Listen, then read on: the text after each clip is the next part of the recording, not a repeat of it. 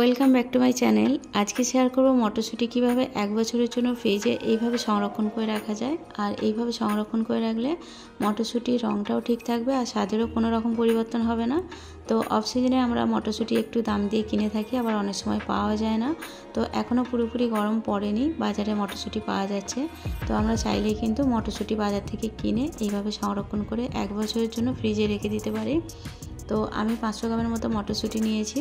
মটরশুঁটিগুলোকে ভালোভাবে ছাড়িয়ে একটা পাত্রে নিয়ে নিচ্ছি।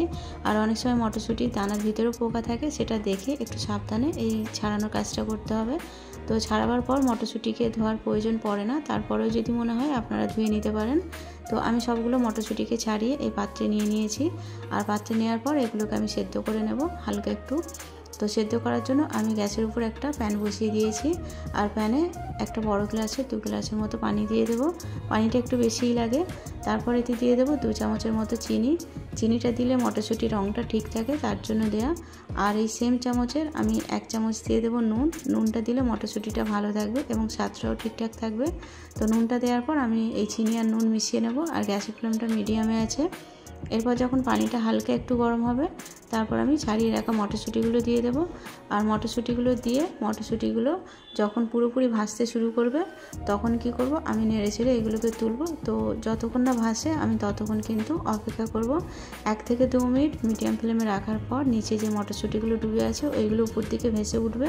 তারপরে কি করব, গ্যাসের ফ্লেমটা অফ করে দেবো সঙ্গে সঙ্গে। তো মটরশুঁটিগুলো পুরোপুরি সব ভেসে উঠেছে, নিচে কিন্তু আর কোনো মটরশুঁটি নেই। এরপর গ্যাসের ফ্লেমটা অফ করে দিয়ে সঙ্গে সঙ্গে এটাকে তুলে একটা এরকম চুবড়ির মধ্যে নিয়ে নিতে হবে, যাতে পানিটা এর গায়ে লেগে না থাকে। তার জন্য এরকম একটা স্ট্রেনারের মধ্যে দিয়ে মটরশুঁটিগুলোকে সব তুলে আর একটু ঠান্ডা পানি উপর থেকে দিয়ে দিতে হবে। তো প্রথমে আমি তুলে নিয়েছি চুবড়ির মধ্যে, মানে পেতের মধ্যে তুলে নিয়ে আমি ফ্রিজে ঠান্ডা পানি দিয়ে দিয়েছি। এইভাবে সঙ্গে সঙ্গে ঠান্ডা পানি দিলে এর গরম ভাপে যে মটরশুঁটিগুলো নরম হওয়ার চান্স থাকে সেটাও হবে না, মানে কুকিং প্রসেসটা ওখানেই কিন্তু বন্ধ হয়ে যাবে। তারপর একটা পাত্রে একটু ঠান্ডা পানিতে কয়েক টুকরো বরফ দিয়ে দিচ্ছি। বরফ দেওয়ার পর মটরশুঁটিগুলো দিয়ে দেবো। আর এইভাবে দিয়ে দেওয়ার পর আমি 10 মিনিট অপেক্ষা করব। 10 মিনিটে বরফগুলো গলে যাবে আর মটরশুঁটিটা অনেকটা ঠান্ডা হয়ে যাবে।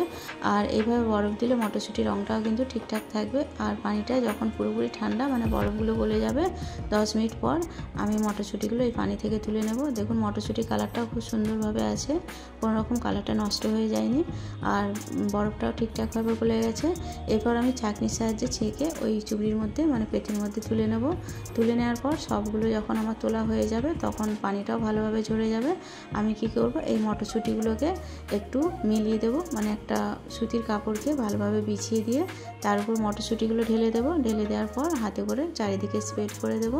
এইভাবে রেখে দিলে মটরশুঁটিগুলোর গায়ে যে পানিটা আছে, পানিটা অনেকটা শুকিয়ে যাবে।